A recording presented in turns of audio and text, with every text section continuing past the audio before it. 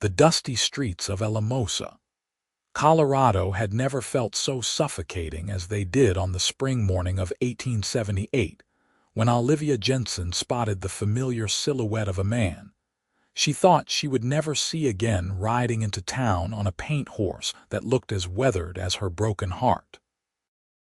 Warren Evers had left 5 years ago without so much as a goodbye, vanishing like smoke on the wind the morning after he had whispered promises of forever into her ear beneath the cottonwood tree by the river. She had been 19 then, young and foolish enough to believe that a drifting cowboy with restless eyes could ever truly settle down. Now at 24, she had built a life for herself that did not include waiting by windows or scanning horizons for a man who had made his choice clear when he rode away. Olivia stood behind the counter of her mercantile store, her hands pressed flat against the smooth wood surface as she watched him through the front window. He dismounted with the same easy grace she remembered, his broad shoulders blocking the morning sun as he tied his horse to the hitching post. Her heart hammered against her ribs with a fury that made her angry at herself. She had spent 5 years learning how to forget him, teaching herself that love was not something you could build a life on when the other person refused to stay still long enough to lay a foundation. The bell above the door chimed as he stepped inside, and Olivia forced herself to look down at the ledger in front of her, pretending to be absorbed in columns of numbers that suddenly meant nothing. She could feel his presence like heat from a branding iron, could smell the familiar scent of leather and sage and something uniquely him that made her throat tighten. "Olivia," he said, and his voice was exactly as she remembered it, deep and rough like gravel under wagon wheels. She looked up slowly, making sure her face revealed nothing of the storm raging inside her.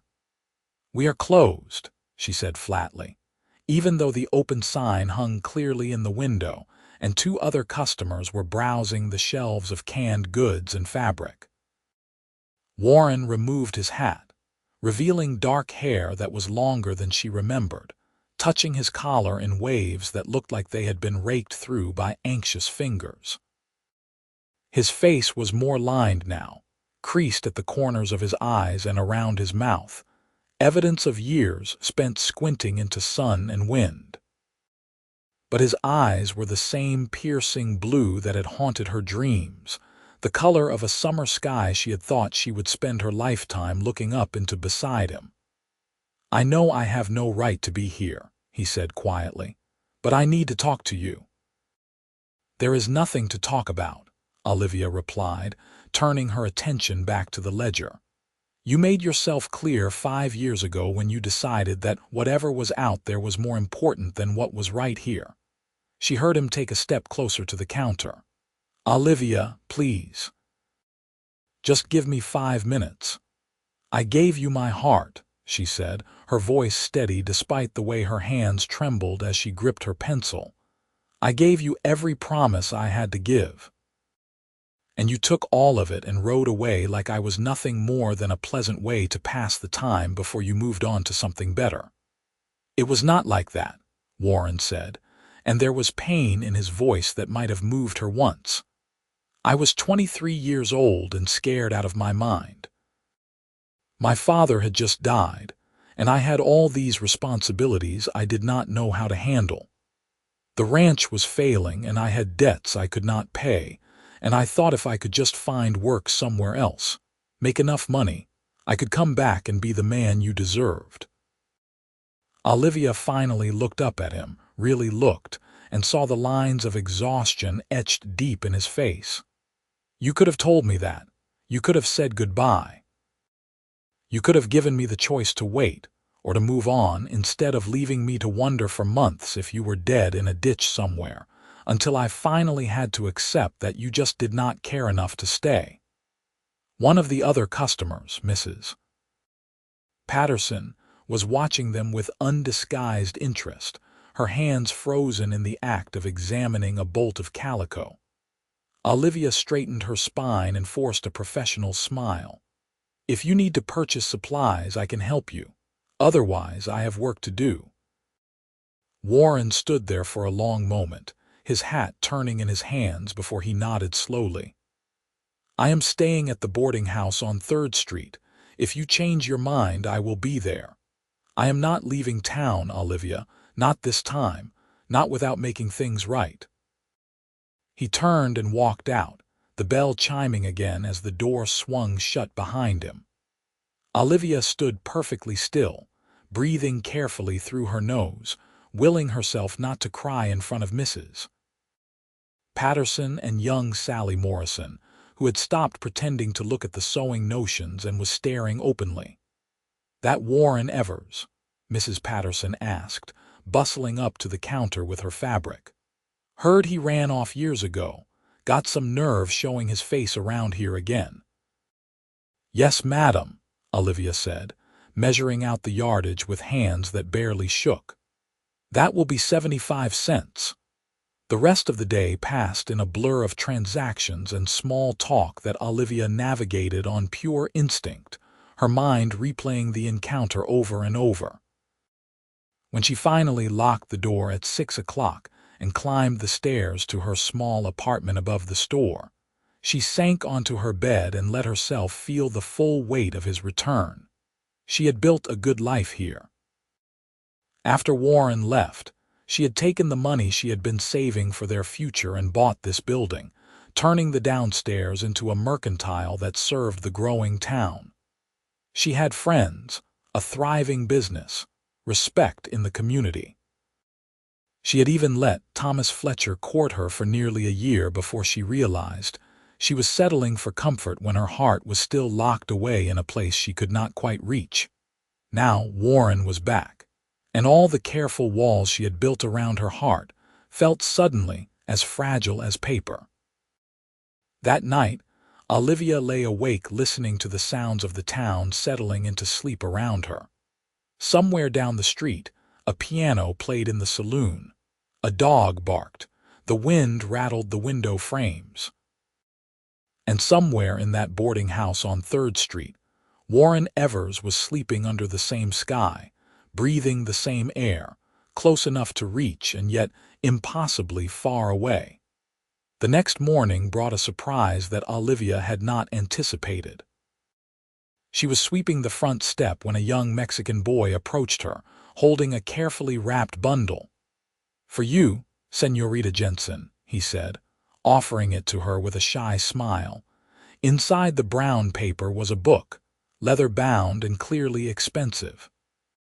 When Olivia opened it, she recognized it immediately as a first edition of Elizabeth Barrett Browning's poems, something she had mentioned wanting years ago in passing conversation. A note fell out, written in Warren's familiar sloping handwriting. "You told me once that you wanted to read these poems in the original binding. I have been carrying this with me for 3 years, waiting for the courage to come back and give it to you. W.E." Olivia stood on the step holding the book, her throat tight with emotions she did not want to name. It would have been easier if he had stayed away. It would have been simpler if she could hate him cleanly, without all these complicated feelings tangled up in the anger. She went inside and placed the book under the counter, trying to focus on the day ahead. But customers kept asking about Warren, word having spread as it always did in a small town that he was back. Everyone had an opinion. Mrs. Chen from the laundry thought Olivia should slam the door in his face. Old Pete from the livery stable thought every man deserved a second chance. Martha Green, who ran the boarding house, mentioned that Warren had paid for a month in advance and spent his evenings sitting on the porch staring in the direction of the mercantile like a lost puppy. By the 3rd day, Olivia was exhausted from the constant speculation and from fighting her own treacherous heart every time she caught a glimpse of Warren around town. He did not approach her again, but she was always aware of him, watching from a respectful distance as she went about her business. On Sunday, Olivia attended services at the small church on the edge of town, sliding into her usual pew near the middle. She was halfway through the opening hymn when she sensed someone settling into the space beside her. She did not need to look to know it was Warren. She could feel the heat of him, the solid presence that had once been as familiar as her own heartbeat. Reverend Thomas preached about forgiveness that morning, about how holding on to anger was like drinking poison and expecting the other person to die. Olivia sat rigidly through the entire sermon, hyper-aware of Warren beside her, of the way his shoulder nearly touched hers when he reached for the hymnal they were supposed to share.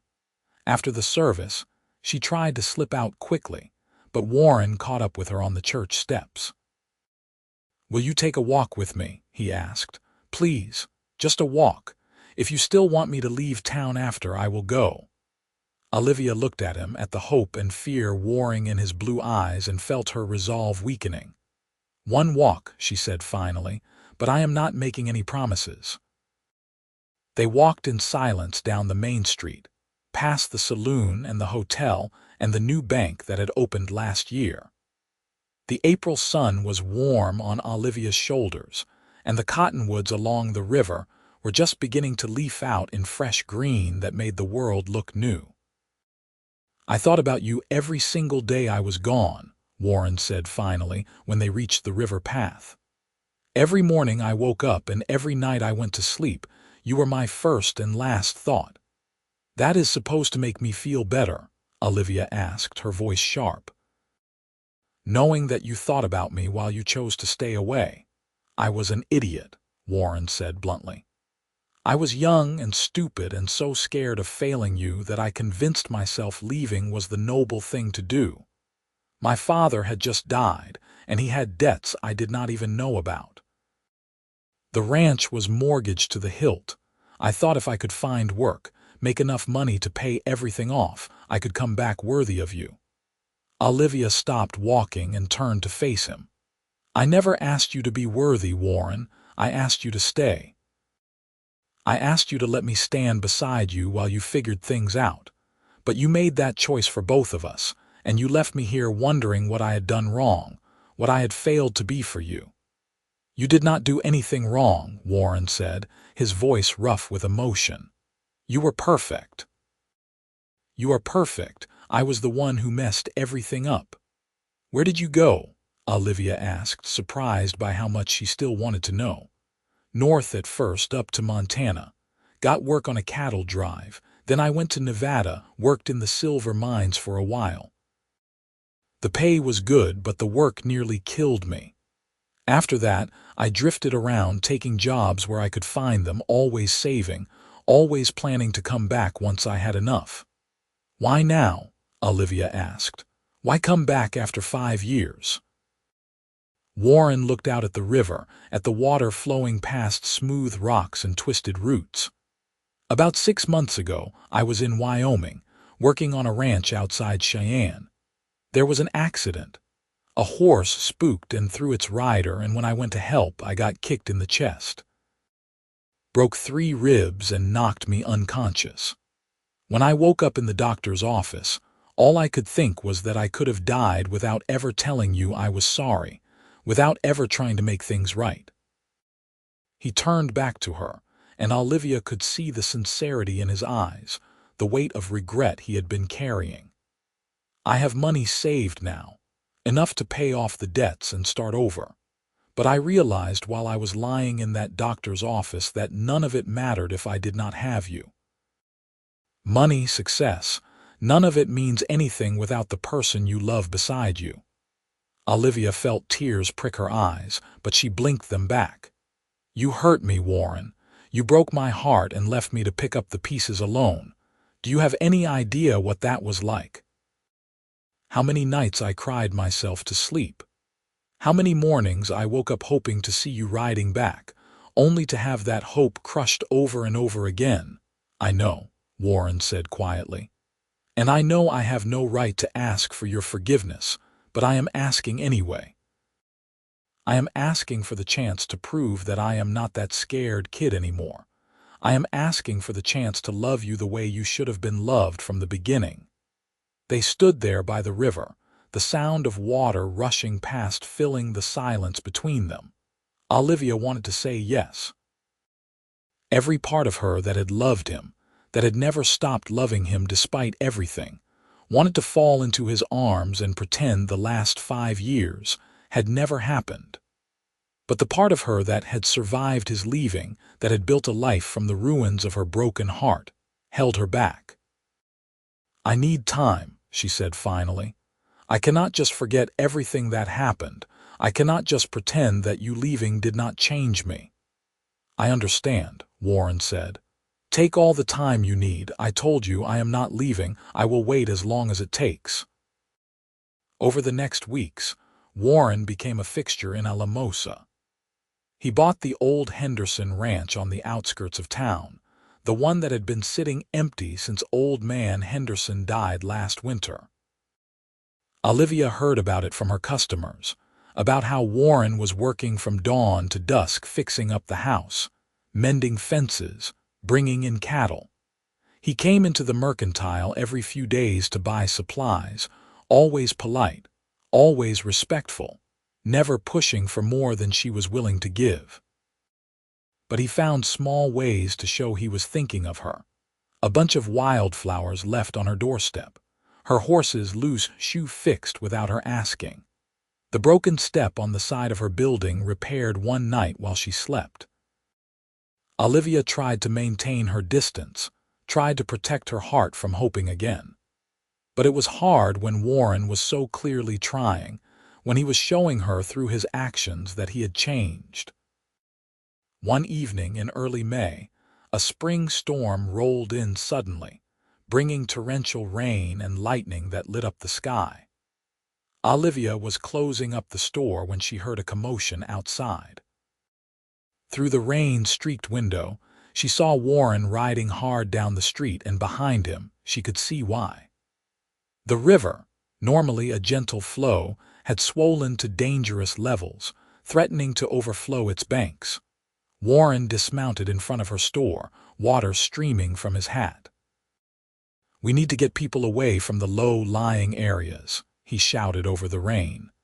"The river is going to flood. I need your help." Without thinking, Olivia grabbed her shawl and ran out into the storm. Together, they went door to door, warning people, helping families gather their most precious belongings and move to higher ground. The Martinez family with their 3 small children. Old widow Jameson, who could barely walk. The Chinese workers who lived in shanties near the river and might not have gotten warning otherwise. They worked side by side for hours, until the rain finally began to ease and the river, having crested at the very edge of disaster, slowly began to recede. By the time the crisis had passed, Olivia was soaked through, exhausted, and somehow standing in Warren's arms without remembering how she got there. "You were amazing," he said softly, his hands warm on her back. "The way you jumped in to help without hesitation. That is one of the things I always loved about you. Your heart is so big, so generous." Olivia looked up at him, at the face she had loved for so long, and felt something shift inside her. "Why did you really leave?" she asked. "The truth, Warren, not the explanation about the debts and the ranch."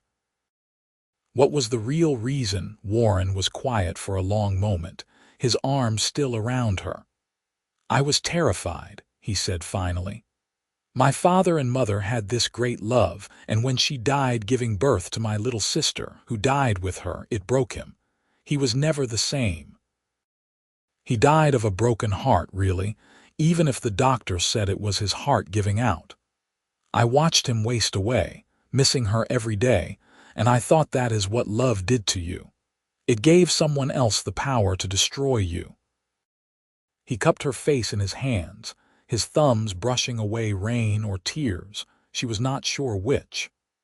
"I loved you so much it scared me, Olivia. I thought if I let myself have you, really have you, I would be setting myself up for that same kind of devastation. So I ran. I convinced myself I was doing it for noble reasons, but the truth is I was just a coward. And now," Olivia whispered. Are you still scared? Terrified, Warren admitted. But I am more scared of living without you. These past 5 years have been the longest, loneliest years of my life. I kept telling myself I was doing the right thing, working hard, making something of myself. But I was just existing, not living. You are what makes life worth living, Olivia. You are what makes me want to be brave. Olivia felt the last of her walls crumbling. I am scared too, she confessed. I am scared of trusting you again and having you leave. I am scared that I am not enough to make you stay. You are more than enough, Warren said fiercely. You are everything, and I am never leaving again. I will spend the rest of my life proving that to you if you let me. The rain had stopped completely now, and the clouds were beginning to break apart, revealing stars scattered across the dark sky. Around them, the town was quiet, everyone having found shelter and safety. It felt like they were the only two people in the world standing in the muddy street, holding onto each other. I never stopped loving you, Olivia said, the words finally breaking free after 5 years of being locked away. I tried. God knows I tried, but my heart would not listen. It just kept on loving you, no matter how much I told it not to. Warren kissed her then, soft and sweet and full of all the longing and regret and hope that had built up between them. Olivia kissed him back, letting herself feel everything she had been holding at bay, letting herself hope again. When they finally pulled apart, both breathless, Warren said, "Come home with me." Olivia raised an eyebrow. "Warren Evers, what kind of girl do you think I am?" He laughed, the sound warm and genuine. "I meant come see the ranch. I want to show you what I have been working on. Please. I promise to have you back before anyone starts talking." They rode out to the Henderson place, Olivia sitting in front of Warren on his horse, her back against his chest. The ranch looked different than she remembered. Warren had clearly put in hours of work. The house had a fresh coat of paint, white with blue trim. The fences were mended. The barn had a new roof. In the corral, a dozen horses moved like shadows. Warren helped her down and walked her up to the porch. "I know it is not much yet," he said. "But I have been fixing it up, making it into a real home. I have been making it into the kind of place I hoped you would want to live someday." He opened the door, and Olivia stepped into a house that took her breath away. It was simple but carefully done. The floors had been sanded and polished. The walls were painted a soft cream color. The kitchen had new cabinets that Warren had clearly built himself. But what caught her attention was the bedroom visible through an open door, where she could see a beautiful quilt spread across a handmade bed. "I have been working on this for months," Warren said quietly. "Every nail I hammered, every board I sanded, I was thinking of you, hoping that maybe if I did everything right, you would give me a second chance." Olivia walked through the house, touching the smooth wood of the banister, running her fingers along the windowsill, imagining what it would be like to wake up here every morning with Warren beside her. It was everything she had once dreamed of, all those years ago when they used to talk about their future. "There is something else I need to show you," Warren said, leading her outside to the big cottonwood tree in the backyard. As they got closer, Olivia saw that he had built a bench beneath it, positioned perfectly to catch the evening breeze and the view of the mountains in the distance. "I remember you said you always wanted a place to sit and watch the sunset," Warren said. "A place where you could read and think and just be peaceful." Olivia sat down on the bench and Warren sat beside her. The moon was rising now, full and bright, casting silver light across the ranch. In the distance, she could hear the river, back within its banks, flowing steadily toward whatever destination rivers flowed to. "I do not expect an answer tonight," Warren said. "I know I need to earn your trust back, but I want you to know that I am serious about this, about us. I am not going anywhere, Olivia. This is my home now. This ranch, this town, and wherever you are." Olivia leaned her head against his shoulder, feeling the solid warmth of him, the steady beat of his heart.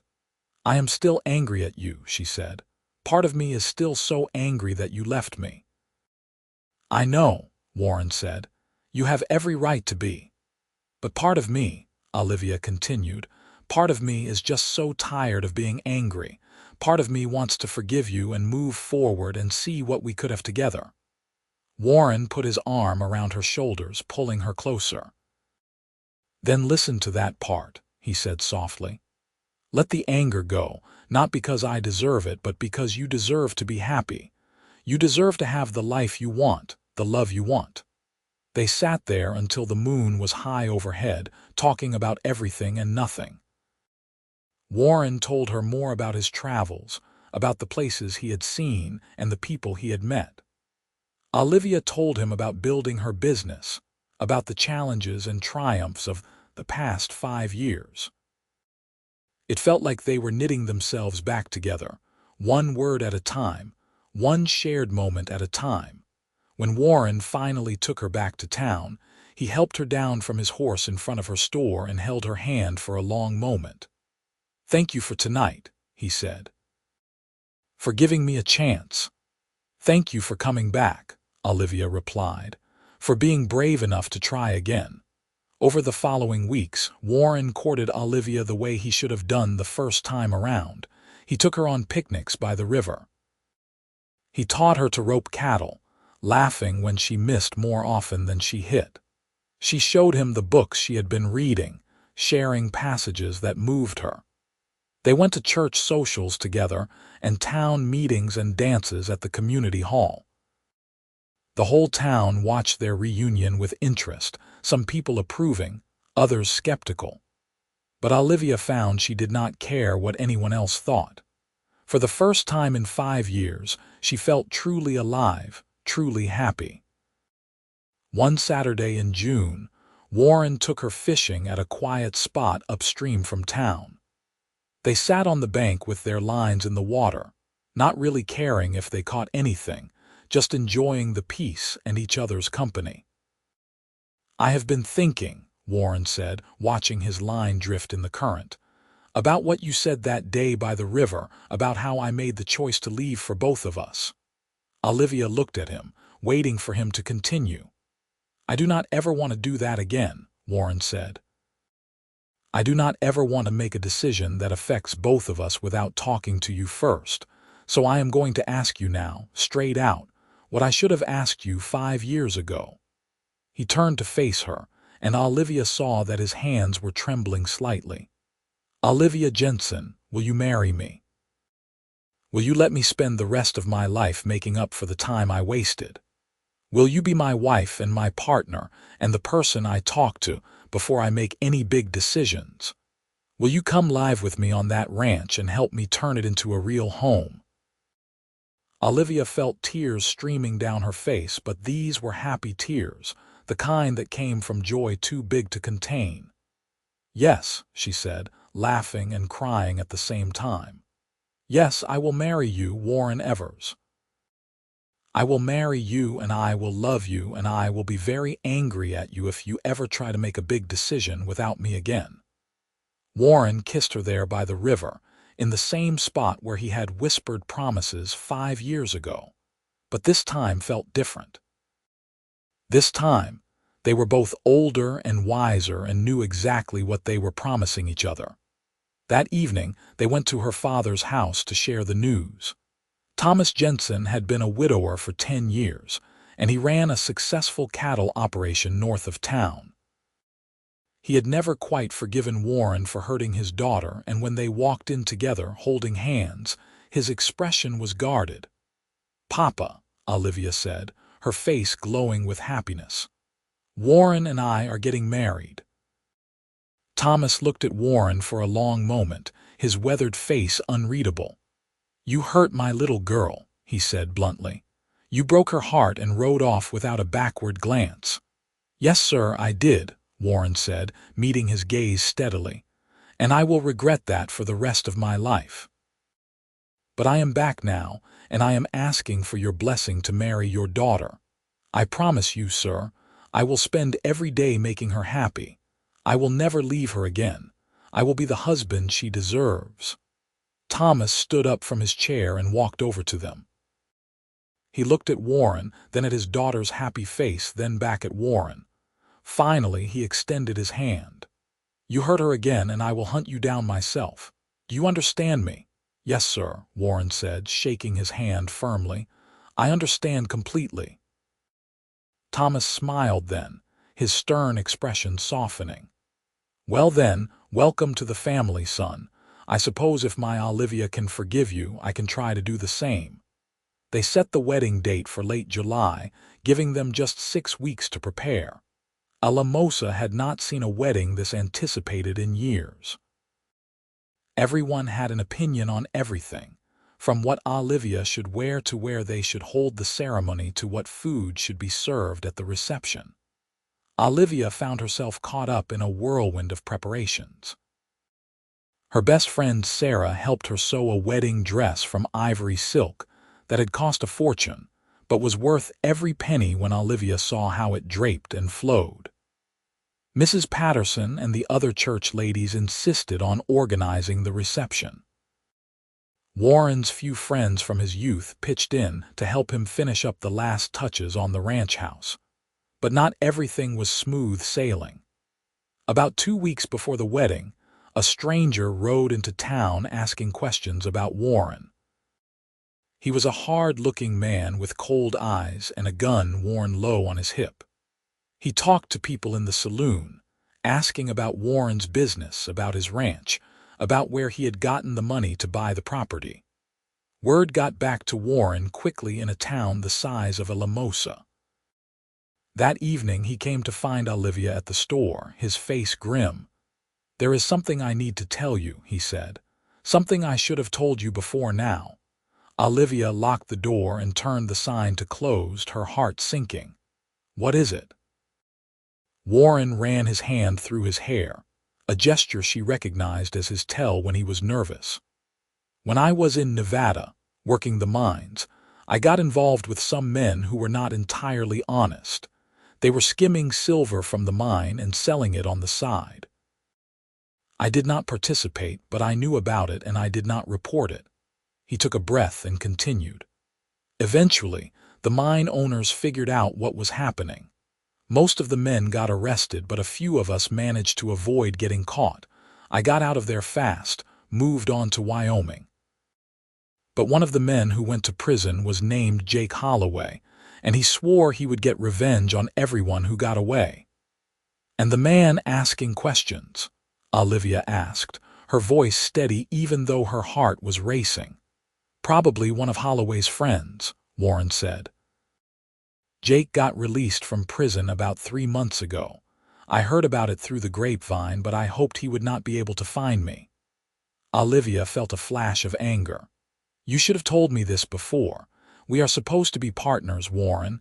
We are supposed to tell each other things." "I know," Warren said miserably. "I know, and I am sorry. I thought it was over. I thought that part of my past was behind me." Olivia paced the length of the store, trying to think. "What do we do?" "I am going to talk to Sheriff Morrison in the morning," Warren said. "Tell him everything. If Holloway or his friends come here looking for trouble, at least the law will know what is happening."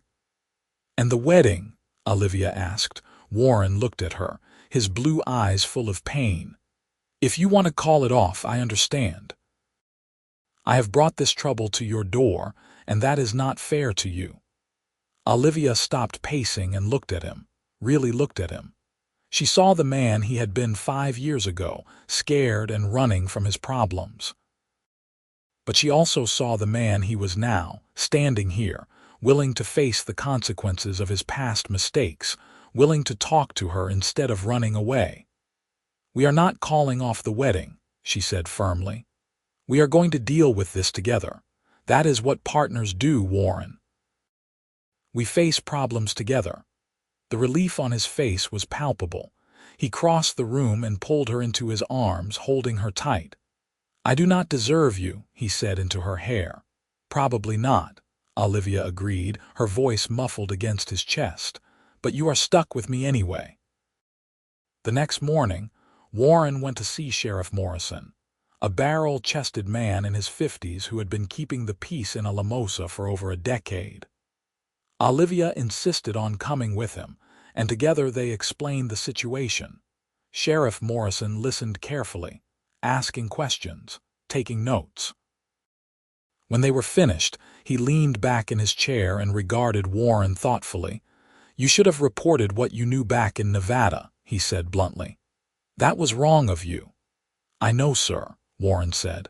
"I was young and stupid and scared, but I am trying to make better choices now." "Well, you have a good woman standing beside you," the sheriff said, nodding toward Olivia.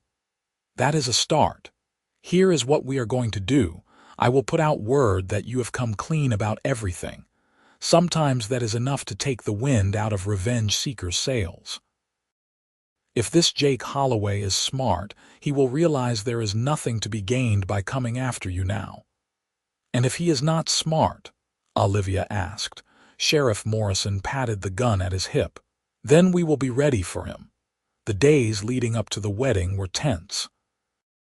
The stranger who had been asking questions disappeared, but everyone was on edge, waiting for something to happen.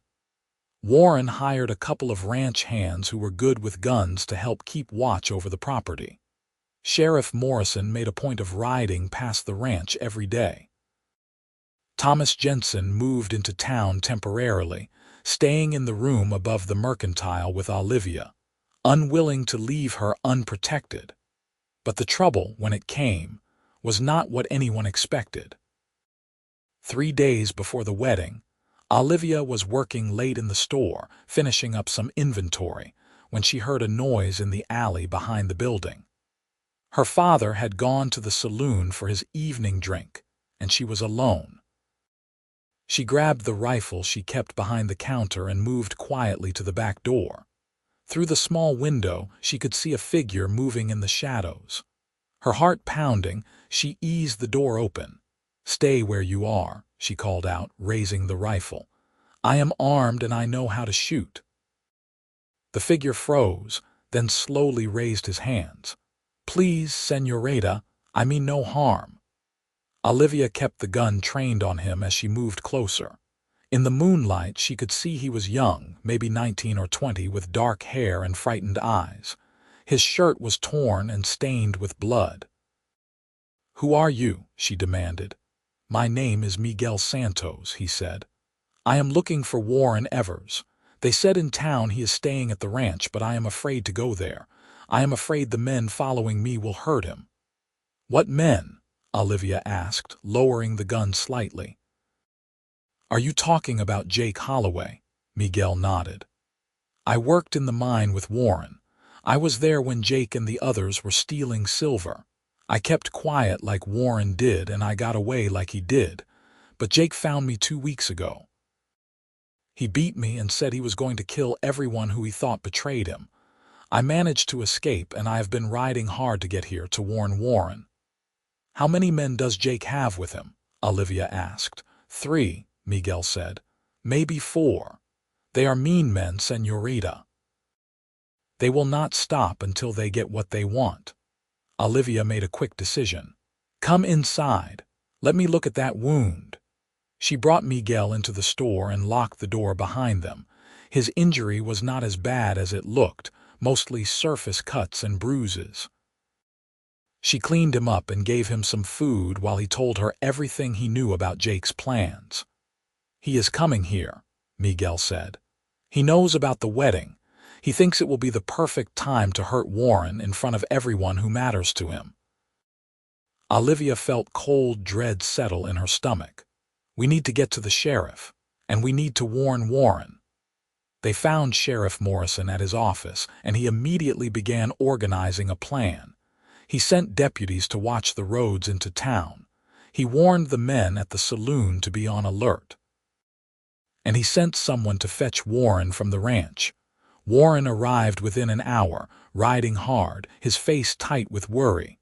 When he saw Olivia safe, he pulled her into his arms. Morrison told me what Miguel said, he told her. We need to call off the wedding. It is not safe. We are not calling off anything, Olivia said firmly. We are going to get married exactly as planned, but we are going to do it smart with plenty of people around to keep watch. Sheriff Morrison agreed. Actually, Miss Jensen has the right idea. If we call off the wedding, Jake will just wait for another opportunity. But if we go ahead with it, we can set a trap. We will have armed men positioned around the church. If Jake and his men show up, we will be ready for them. Warren looked like he wanted to argue, but he saw the determination in Olivia's eyes and knew it would be pointless. Fine, he said, but Olivia stays somewhere safe until the wedding, somewhere Jake cannot get to her. I will stay at the ranch, Olivia said. With you. We are not separating now, Warren. We are facing this together. So for the 3 days leading up to the wedding, Olivia moved out to the ranch. Warren's hired hands kept constant watch. Thomas Jensen came too, along with Sarah and her husband, turning the house into a small fortress of people who loved Olivia and were determined to keep her safe. Despite the danger hovering over them, those 3 days were some of the happiest of Olivia's life. She got to wake up in the house that would soon be her home, surrounded by people who cared about her, with the man she loved beside her. They talked late into the night about their plans for the future. They cooked meals together in the kitchen. They sat on the bench under the cottonwood tree and watched the stars come out. I wish it did not have to be like this, Warren said one evening, his arm around her shoulders. I wish I could give you a wedding day without fear, without violence hanging over us. Life is messy, Olivia said. It does not always go the way we plan, but that does not make it any less worth living. I am happy, Warren. Despite everything, I am so happy. The morning of the wedding dawned bright and clear, the sky a brilliant blue that promised a beautiful day. Olivia dressed in her ivory silk gown, her hands steady as Sarah helped with the buttons and the veil. She looked at herself in the mirror and saw a woman who was strong and brave and ready to face whatever came. The church was packed when she arrived, every pew filled with people from town and from the surrounding ranches. But Olivia also noticed the armed men positioned at the windows and doors, Sheriff Morrison standing near the back with his hand resting casually on his gun. Thomas Jensen walked her down the aisle, his weathered hand firm under her elbow. At the altar, Warren waited, looking impossibly handsome in a new suit, his blue eyes locked on her face. When she reached him and took his hand, she felt a sense of rightness settle over her, a certainty that whatever happened, they would face it together. Reverend Thomas began the ceremony, his voice carrying through the packed church. Olivia barely heard the words. She was too focused on Warren, on the way his hand trembled slightly in hers, on the love and promise she saw in his eyes. They were halfway through the vows when the church door slammed open. Jake Holloway stood in the doorway, flanked by 3 rough-looking men. He had a gun in his hand, and his face was twisted with anger. "Warren Evers," he called out, his voice echoing off the walls. "You ruined my life. You knew what we were doing and you said nothing. Then when things went bad, you ran like a coward while I rotted in prison." Sheriff Morrison and his men immediately drew their weapons. "Put down your guns," Morrison commanded. "You are surrounded." Jake laughed, a harsh sound without humor. "I did not come here to shoot up a church. I just came to make sure Warren here knows what it feels like to lose everything you care about." He raised his gun, pointing it at Warren. Time seemed to slow down. Olivia saw the intent in Jake's eyes, saw his finger tightening on the trigger. Without thinking, she moved, stepping in front of Warren. "No," Warren shouted, trying to pull her aside. But before Jake could fire, Miguel Santos stepped out from where he had been hiding in one of the pews. "Jake," he called out, It is not Warren you want. It was me who reported you. I went to the mine owners and told them everything. Warren had nothing to do with it. Jake spun toward Miguel, his gun swinging around. In that instant, Sheriff Morrison and his deputies moved. There was a flurry of motion, shouts, the sound of guns being wrestled away. When it was over, Jake and his men were disarmed and on the floor, hands being tied behind their backs. "Take them to the jail," Morrison said calmly, as if arresting armed men in the middle of a wedding was something that happened every day. As the deputies led Jake and his men away, Miguel walked over to Warren and Olivia. "I am sorry," he said quietly. "I should have told the truth years ago. I was young and scared, and I let Warren take the blame for something I did." Warren stared at him for a moment, then laughed, a sound of pure relief. "You just saved our lives. I think we can call it even." The church erupted in nervous chatter and relieved laughter. Reverend Thomas cleared his throat loudly, bringing everyone back to order.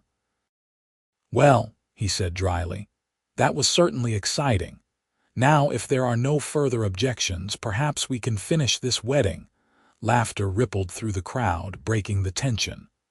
Warren pulled Olivia close, checking her over to make sure she was not hurt. "You stepped in front of me," he said, his voice shaking. "You could have been killed." "So could you," Olivia said. "I told you we are partners. We protect each other." They finished the ceremony with everyone still buzzing about what had happened. When Reverend Thomas finally pronounced them husband and wife, the church erupted in cheers. Warren kissed Olivia thoroughly, not caring that everyone was watching, pouring 5 years of longing and love and promise into that kiss.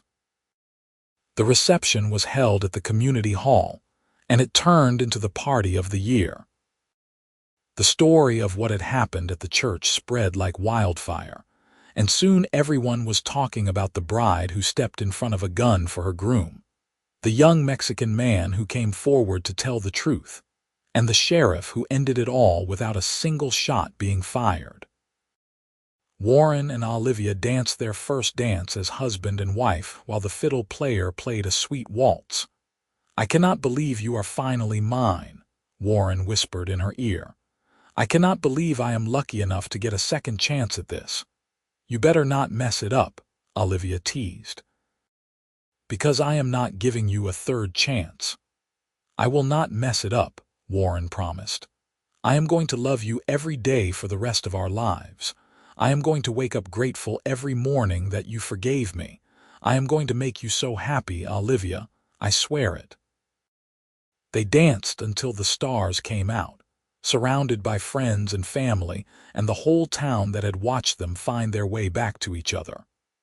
When they finally left the reception, riding out to the ranch in Warren's wagon, the whole town cheered and threw rice and good wishes after them. The ranch house was quiet and peaceful after the chaos of the day. Warren carried Olivia over the threshold, both of them laughing at the tradition. He set her down gently in the middle of the living room, and for a moment they just looked at each other. "Hello, Mrs. Evers," Warren said softly. "Hello, Mr. Evers," Olivia replied. They stood there in the house that was now theirs, in the life they had built from the ruins of their first attempt, and both knew that they had found something rare and precious. They had found a love that could survive mistakes and time and fear. They had found a love worth fighting for. That night, lying in bed with Warren's arms around her and the sound of the wind in the cottonwood tree outside, Olivia felt a peace she had not known in 5 years. She had her husband, her home, and a future stretching out before them full of possibility. The next morning they woke to sunlight streaming through the windows and the sound of birds singing in the trees. Warren propped himself up on one elbow and looked down at Olivia, his expression tender. "Good morning, wife," he said, the word clearly giving him pleasure. "Good morning, husband," Olivia replied, stretching contentedly. They spent the first week of their marriage settling into life together. Warren taught Olivia about running the ranch, showing her how to check the fences, how to watch for signs of illness in the cattle, how to read the weather. Olivia shared her business knowledge, helping Warren set up proper accounting systems, showing him how to plan for expenses and profits. But mostly, they just enjoyed being together. They took long rides across the ranch land, exploring every corner of their property. They worked side by side fixing up the house, adding small touches that made it feel more like a home. They cooked meals together, learning each other's preferences and habits. They sat on the bench under the cottonwood tree and talked about their dreams for the future. 2 weeks after the wedding, Miguel Santos came to visit. He looked better than he had that night in the alley, his wounds healed, his eyes clearer.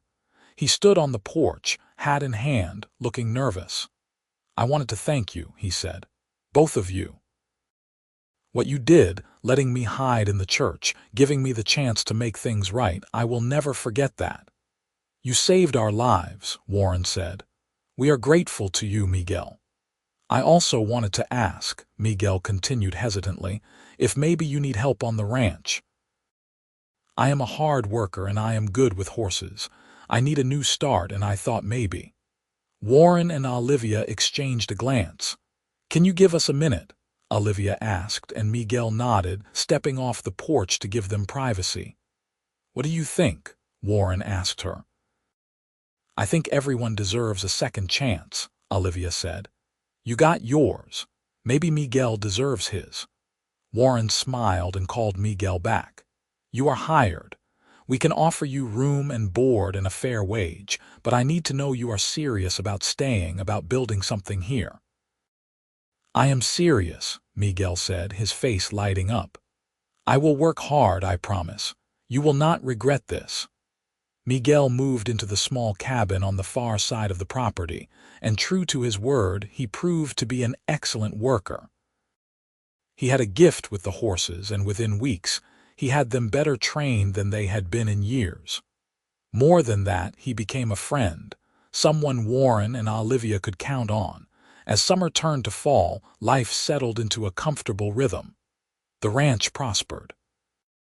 Olivia's store continued to thrive.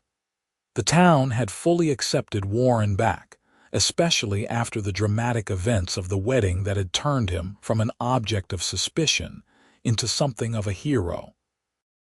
Thomas Jensen became a regular visitor at the ranch, coming for Sunday dinners and staying to smoke his pipe on the porch and give Warren advice about running cattle.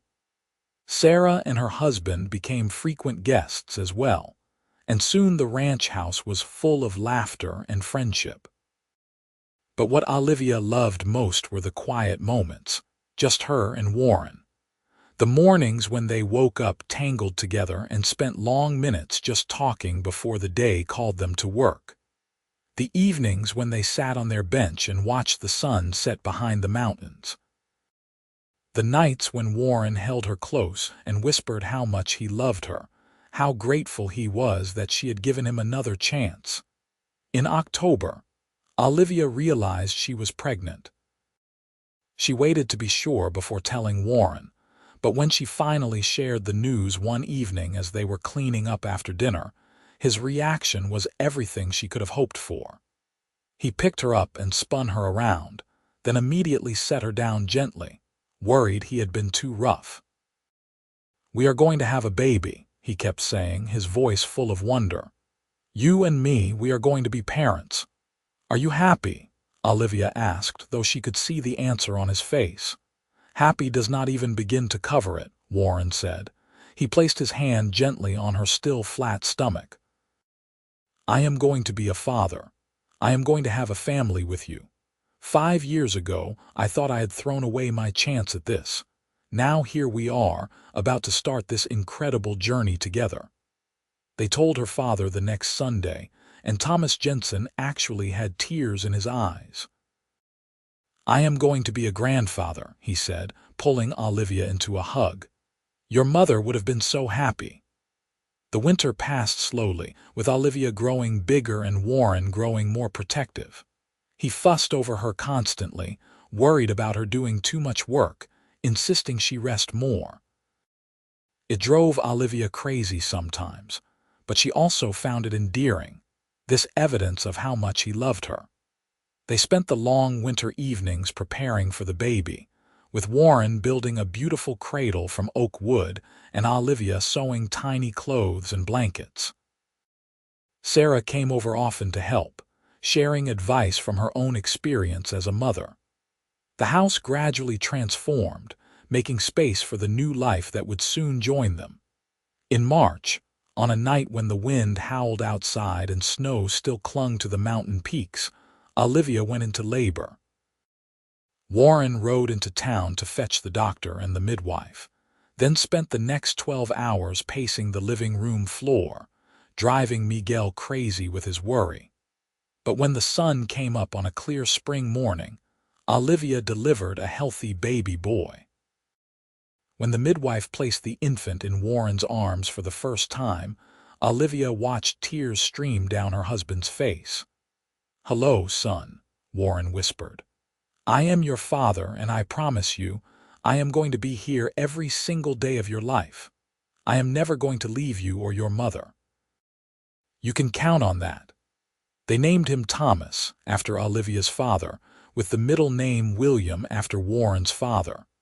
Little Tommy Evers came into the world red-faced and loud, and from the moment Olivia held him, she felt her heart expand in ways she had not known were possible.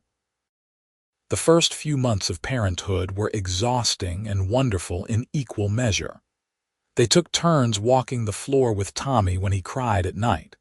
They marveled over every tiny change, every milestone.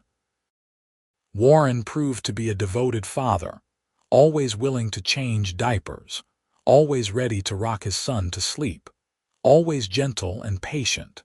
When summer came, they sat on their bench under the cottonwood tree with Tommy between them, watching the sun set over their land. "Do you remember that night 5 years ago?" Warren asked. "When I left?" "I remember," Olivia said quietly. "If I could go back and change it, I would," Warren said. "But in a way, maybe we needed that time apart. Maybe I needed to grow up to learn what really matters. Maybe we both needed to become the people we are now so we could have this life together." Olivia looked at him, at the man who had broken her heart and then spent years putting it back together. "I used to be so angry at you," she said. "I used to lie awake at night and imagine all the things I would say if you ever came back, how I would tell you off, how I would make you feel as small as you made me feel." "What changed?" Warren asked. "I realized that holding on to anger was just hurting me," Olivia said. "And when you came back, when I saw that you had changed, that you were willing to do the work to make things right, I had to make a choice. I could hold on to the past and stay bitter, or I could take a chance on the future. I am glad I took the chance, Warren. I am so glad." Warren leaned over and kissed her, careful not to disturb the sleeping baby between them. "I love you, Olivia Evers. I will love you until the day I die and beyond. You are my home, you and Tommy. You are everything that matters." As the years passed, the ranch continued to prosper. They added more cattle, more horses. Miguel proved to be such a valuable member of their operation that they made him a partner, giving him a stake in the business. He eventually married a young woman named Rosa from town, and they built a house on the ranch and started their own family. Thomas Jensen lived to see his grandson grow into a strong, healthy boy who loved the ranch and adored his grandfather. He passed away peacefully in his sleep when Tommy was 5 years old, and they buried him on a hill overlooking the valley he had loved. Olivia had 2 more children after Tommy, a daughter named Violet Rose and another son named Samuel. The ranch house was always full of noise and laughter and love. Warren proved to be everything he had promised. A devoted husband and father who never missed a school play or a birthday, who was always there to bandage scraped knees and tell bedtime stories. On their 10th wedding anniversary, Warren and Olivia took a rare evening away from the children, leaving them with Miguel and Rosa. They rode out to their bench under the cottonwood tree, the same place where they had sat so many times over the years. "I have been thinking," Warren said, pulling Olivia close against his side, "about how lucky I am, about how I almost threw all of this away because I was too scared to stay and fight for what I wanted." "We have had a good life," Olivia said contentedly, "better than I ever dreamed." "It is everything I wanted but was too stupid to see 10 years ago," Warren said. "You, our children, this ranch, this life, it is perfect." "Not perfect," Olivia corrected with a smile. "Tommy has been getting into trouble at school. Violet insists on wearing her Sunday dress to do barn chores and ruins it every time. Samuel has not slept through the night in a week. The north fence needs mending again. The roof is leaking in the barn." Warren laughed. "Okay, not perfect, but perfectly imperfect, real and messy and wonderful." They sat in comfortable silence for a while, watching the stars come out one by one. The sounds of the ranch drifted to them on the breeze, the lowing of cattle, the horses moving in the corral, the distant sound of their children laughing in the house. "You ever regret it?" Warren asked quietly. "Taking me back, giving me another chance when I did not deserve it?" Olivia turned to look at him, seeing the lines on his face that had deepened over the years, the silver that was starting to thread through his dark hair. "Not once," she said firmly. "Not for a single moment. You made a mistake, Warren. You were young and scared and you handled things badly. But you came back. You did the work to make things right. You became the man I always knew you could be." She cupped his face in her hands. "Our story did not go the way I thought it would when I was 19 years old. There was pain and heartbreak and years lost. But maybe that made what we have now even more precious. Maybe we appreciate it more because we know what it is like to be without it."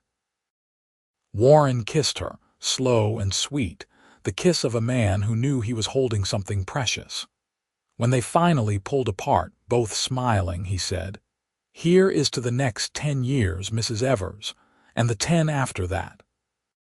And all the years we have until we are old and gray and sitting on this bench watching our grandchildren running around." "I cannot wait," Olivia said, and she meant it with every fiber of her being. They rode back to the house as the moon rose high overhead, their hands linked between them. Through the window, they could see Miguel and Rosa helping the children get ready for bed, Tommy protesting that he was too old for bedtime stories, while Violet danced around in her nightgown, and baby Samuel toddled after them giggling. Warren helped Olivia down from her horse and pulled her into his arms. "Thank you," he whispered, "for forgiving me, for loving me, for building this beautiful life with me." "Thank you for coming back," Olivia replied, "for being brave enough to try again, for showing me that second chances can be just as good as first ones, sometimes even better." They walked into their house together, into the warmth and noise and chaos of their family. Tommy launched himself at Warren, begging to be thrown in the air one more time before bed.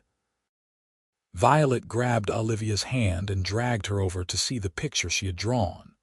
Samuel toddled over and raised his arms to be picked up. Later that night, after all the children were finally asleep and the house was quiet, Warren and Olivia lay in bed together. Warren's arm was around her shoulders, her head resting on his chest, listening to the steady beat of his heart. "I love you," Warren said softly. "More than I did yesterday, more than I did the day we got married. My love for you just keeps growing." "I love you too," Olivia replied. "Always and forever." They fell asleep like that, wrapped in each other's arms, safe in the knowledge that they had found what so many people spent their whole lives searching for. They had found a love that could survive anything, a partnership built on honesty and forgiveness and the willingness to do the hard work of truly knowing another person. They had found their home, not just in a place but in each other. The years continued to roll by, bringing new challenges and joys. They expanded the ranch, adding more land. Tommy grew into a fine young man who wanted to follow in his father's footsteps. Violet surprised everyone by showing a talent for business and took over running the books for the ranch. Samuel developed a love for horses that rivaled Miguel's. Warren taught his sons everything he knew about ranching, about honor, about what it meant to be a man. He taught his daughter that she could do anything she set her mind to. He was there for every important moment, every scrape and bruise, every triumph and disappointment. Olivia watched her children grow with pride and occasional heartache at how fast time seemed to fly. She continued to run her mercantile, though she eventually turned over more of the day-to-day operations to a capable young woman named Grace, who reminded her of herself at that age. Through it all, Warren and Olivia remained each other's constants. They still sat on their bench under the cottonwood tree whenever they could steal a few moments away from the demands of the ranch and family. They still held hands when they walked through town. They still looked at each other with love that had only deepened and matured over time. When Tommy turned 18 and announced he was courting the daughter of a neighboring rancher, Warren took him aside for a talk. They sat on the porch, watching the sun go down, father and son. "I am going to tell you something I wish someone had told me when I was your age," Warren said. "Love is not just a feeling, son. It is a choice you make every single day. It is choosing to stay when things get hard. It is choosing to communicate instead of running away. It is choosing to put the other person first, even when it costs you something." "Is that what you did with Ma?" Tommy asked. Warren shook his head. "Not at first. When I was not much older than you are now, I ran away from the best thing that ever happened to me because I was scared. I wasted 5 years because I was too much of a coward to stay and work through my problems." "Do not make the same mistake I did, Tommy. If you find someone you love, someone who makes you want to be better, fight for that. Do not let fear make your decisions." Tommy looked at his father with new understanding. "Is that why you always say you are the luckiest man alive?" "Because Ma gave you a second chance." "That is exactly why," Warren said. "Your mother could have told me to go to hell when I came back. She had every right to.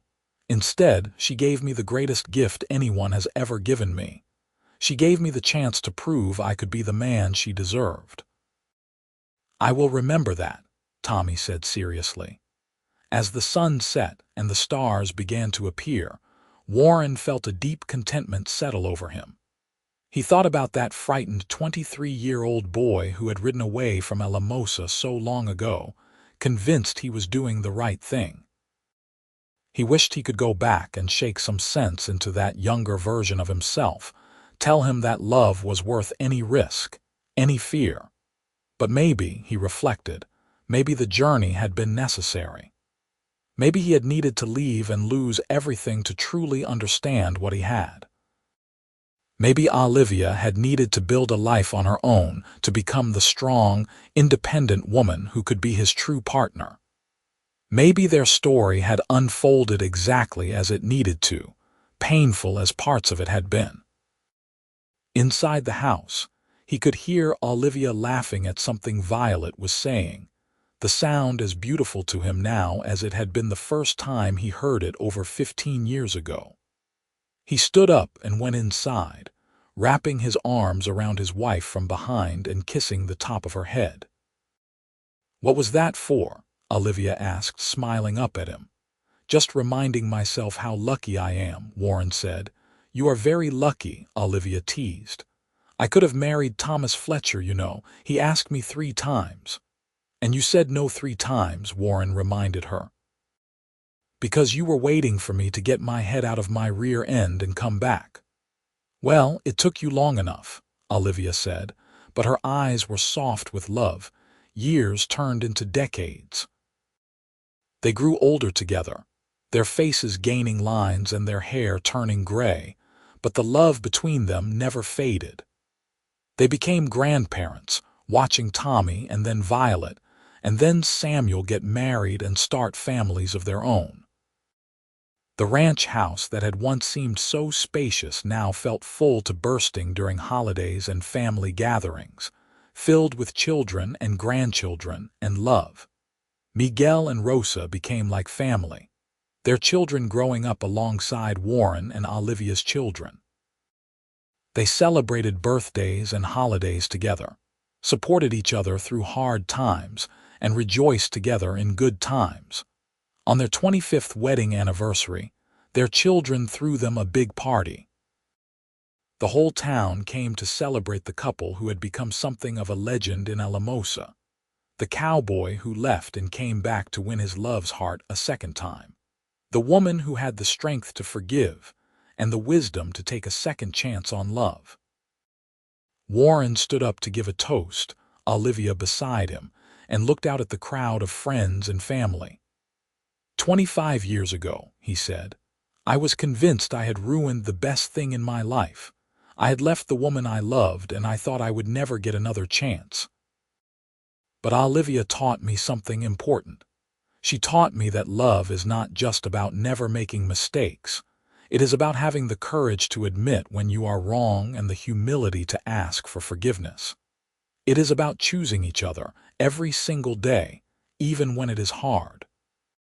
He turned to Olivia, taking her hands in his. You are the best thing that ever happened to me. You are my heart, my home, my reason for everything. Thank you for taking a chance on a foolish cowboy who did not know what he had until he lost it. Thank you for loving me enough to let me prove I could change. Thank you for building this beautiful life with me. There was not a dry eye in the house as he kissed her, and the crowd erupted in cheers and applause. Later that night, after everyone had gone home and the house was finally quiet, Warren and Olivia walked out to their bench under the cottonwood tree. It had become a tradition over the years, coming here to mark important moments, to find peace, to remember where their journey together had truly begun. 25 years, Olivia said, leaning against Warren's shoulder. It has gone so fast. Best 25 years of my life, Warren said. Well, except for the 5 years I wasted being an idiot, but every year since has been perfect. Not perfect, Olivia corrected, as she always did, but perfectly imperfect. They sat in comfortable silence, listening to the sounds of the night around them. The ranch was quiet now, most of the activity having moved to where Tommy and his family lived in the house they had built on the north section of the property. But this original house, this bench, this tree, these would always be special to them. You think about it sometimes, Olivia asked. About what life would have been like if you had not come back. Every once in a while, Warren admitted. And it terrifies me. I think about how empty my life would have been. How I would have just drifted from place to place, never really belonging anywhere, never really being happy. I would have had money, maybe, and experience, but none of it would have mattered without you. I think about it too, Olivia said. I think about how I would have eventually married someone else, probably Thomas Fletcher, like you said, and it would have been a good life, a comfortable life. But it would not have been this. It would not have been us. Warren tightened his arm around her. I am grateful every day that I found the courage to come back, that you found the grace to forgive me. Everything good in my life, every moment of joy, it all traces back to that decision to ride back into Alamosa and beg for your hand. They stayed out there until the moon was high in the sky. Two people who had found their way back to each other against all odds, who had built a life and a family and a legacy together. When they finally went inside and climbed into bed, they fell asleep as they always did, wrapped in each other's arms, home in the truest sense of the word. The seasons continued to turn, bringing the inevitable changes that time brings. Warren's joints got stiffer, and he had to let Tommy take over more of the heavy ranch work. Olivia's vision got weaker, and she had to stop doing the fine needlework she had once loved. But they adapted, finding new rhythms, new ways of being together. They took to spending more time on their bench, watching their grandchildren play in the yard, telling stories about the old days. The grandchildren loved hearing about how Grandpa had ridden back into town to win Grandma's heart, about the dramatic wedding with the guns and the showdown, about building the ranch from almost nothing into the thriving operation it was now. "Tell us again about how you proposed," little Emma, Tommy's youngest daughter, would beg. And Warren would retell the story of the day by the river with the fishing poles, embellishing details to make Emma giggle. On their 30th anniversary, they took a trip back to the spot where Warren had proposed, the same bend in the river where they had sat with fishing poles so long ago. The cottonwoods were bigger now, their roots thick and gnarled along the bank. The water flowed just as it always had, constant and eternal. "You remember what you said to me that day?" Warren asked. "I said yes," Olivia replied with a smile. "I said yes, I will marry you and I will love you, and I will be very angry at you if you ever try to make a big decision without me again." "And have I," Warren asked, "made any big decisions without you?" Olivia pretended to think about it. "Well, there was that time you bought the bull without asking me first." "That bull made us a fortune in stud fees," Warren protested. "Still should have asked me," Olivia said, but she was smiling. Warren pulled out a small box from his pocket. "I got you something." Inside was a beautiful silver locket. When Olivia opened it, she found a picture on one side of them on their wedding day, young and full of hope. On the other side was a recent picture of them surrounded by their children and grandchildren. "From then to now," Warren said softly. "Every moment in between has been worth it." Olivia had tears in her eyes as she put on the locket. "I love it. I love you." "I love you too," Warren said, "more than I ever thought it was possible to love another person." They stayed by the river until the sun began to set, painting the sky in shades of gold and pink and purple. Then they rode back to the ranch, to the house that had been filled with so much love and life over the years, to the family that was their legacy. As they grew older still, into their 60s and then their 70s, Warren and Olivia slowed down but never stopped appreciating the life they had built together. They watched their grandchildren grow up and start having children of their own. They celebrated 50th birthdays and wedding anniversaries. They mourned the losses that came with age, friends who passed away, the slow decline of their own bodies. But through it all, they had each other. When Warren's hands shook too much to button his shirt, Olivia helped him. When Olivia's back hurt too much to stand for long, Warren cooked dinner. They took care of each other with the same devotion they had shown since that day Warren rode back into town. On a beautiful autumn day, when the cottonwood leaves were turning gold and the air had that crisp quality that promised winter was coming, Warren and Olivia sat on their bench one last time. They were both in their late 70s now, worn by time but still together, still in love. "Remember when we were young?" Olivia asked, her hand clasped in Warren's. "When we thought we had all the time in the world." "We did have all the time in the world," Warren said. "We have had a lifetime together. That is more than many people get." "I am glad you came back," Olivia said, as she had said so many times over the years. "I am glad I gave you a second chance." "I am glad I was brave enough to ask for one," Warren replied.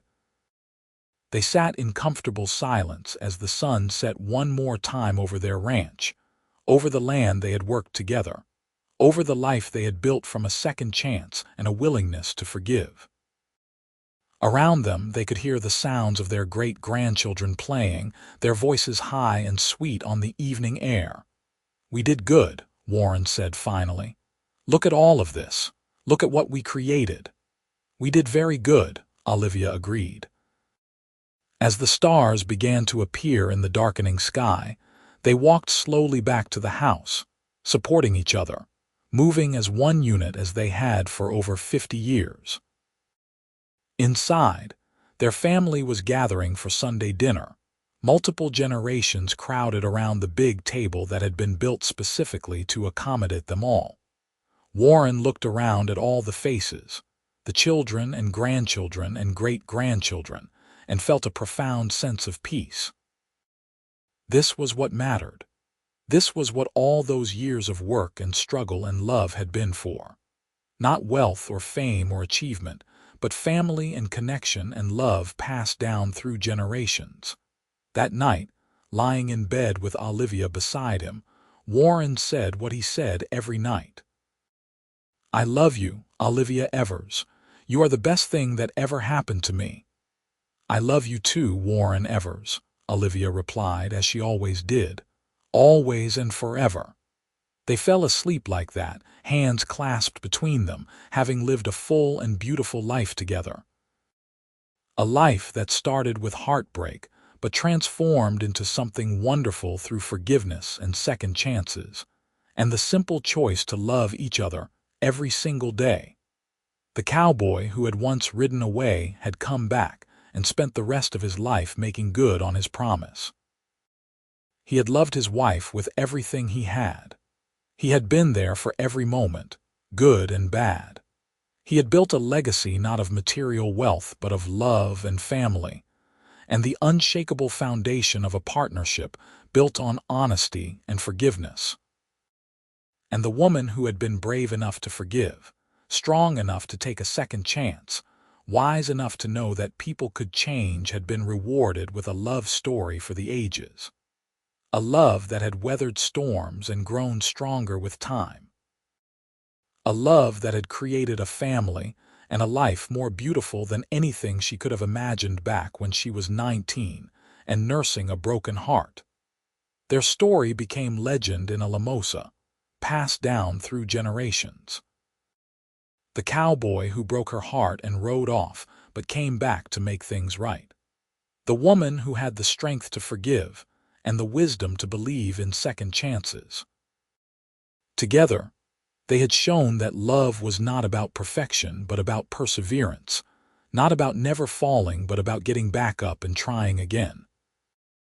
And in the end, surrounded by the family they had created, the life they had built, and the love that had sustained them through everything, Warren and Olivia Evers lived happily ever after in the truest sense of those words. They had found their forever, not in a perfect fairy tale but in the messy, beautiful reality of two imperfect people choosing to love each other completely and without reservation for all the days of their lives.